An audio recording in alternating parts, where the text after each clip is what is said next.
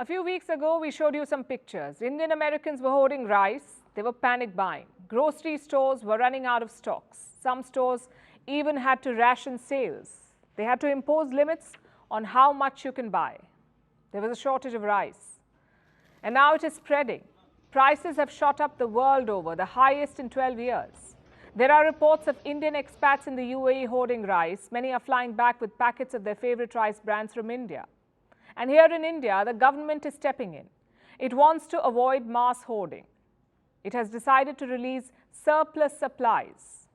The government is in fact releasing 5 million metric tons of wheat and 2.5 tons of rice. 2.5 million tons of rice, rather. This is from the reserve stock. It's being released to keep the prices stable. But one intervention may not be enough. Global food markets are in turmoil. Prices have already touched record highs. Experts say they'll keep going up. So India has a tough balancing act to do, stabilize prices at home while tackling requests for exports. Last month, some curbs were imposed. But there is no total ban yet. Tonight, we'll tell you how India is navigating this crisis. We'll start with the global picture. Food prices are up. The United Nations has an estimate. The UN's Food and Agriculture Organization, or FAO, runs an index. It is called the Food Price Index. It tracks changes in global prices, and it says prices increased by 1.3% in July.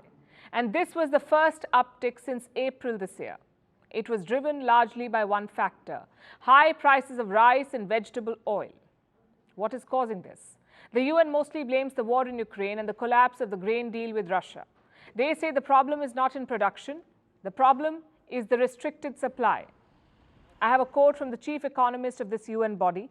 While the world has adequate food supplies, challenges to supplies from major producers due to conflict, export restrictions, or weather-induced production shortfalls can lead to supply and demand imbalances across regions. That will lead to a lack of food access because of increasing prices and potential food insecurity.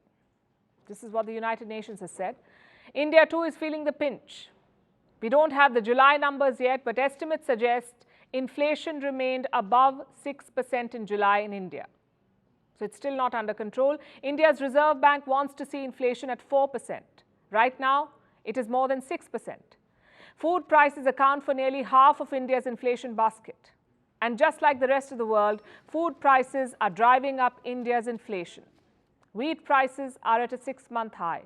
They have increased by nearly 18% in the past 4 months. Same with rice. Last month, the price of Indian rice in the global market went up by 10%. Which brings us to yesterday's announcement, India's decision to dip into its food stocks, the decision to release some of the surplus supplies. It will be sold in the open market. This decision is based on the law of supply and demand. The government wants to increase supply to stabilize demand and to push down the prices. That's the hope. Now, this effort has been on for months now.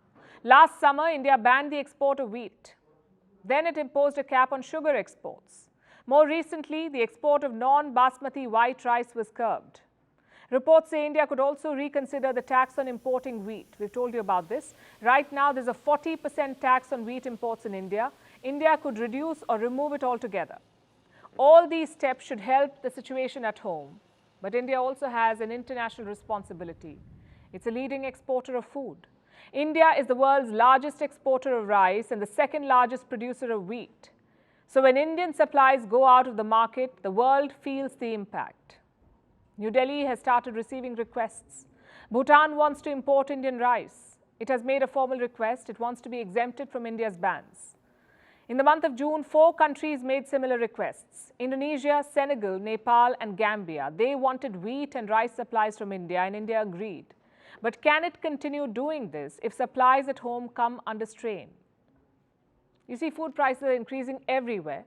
Let me in fact show you some numbers from June. In the UK, food prices have gone up by more than 17%. In Japan, almost 9%. France, over 14%. And the US, 5.7%. So India is not an exception, although it is faring better than most. The key is to manage the supplies, to keep the kiranas well stocked at home, while also helping friends overseas.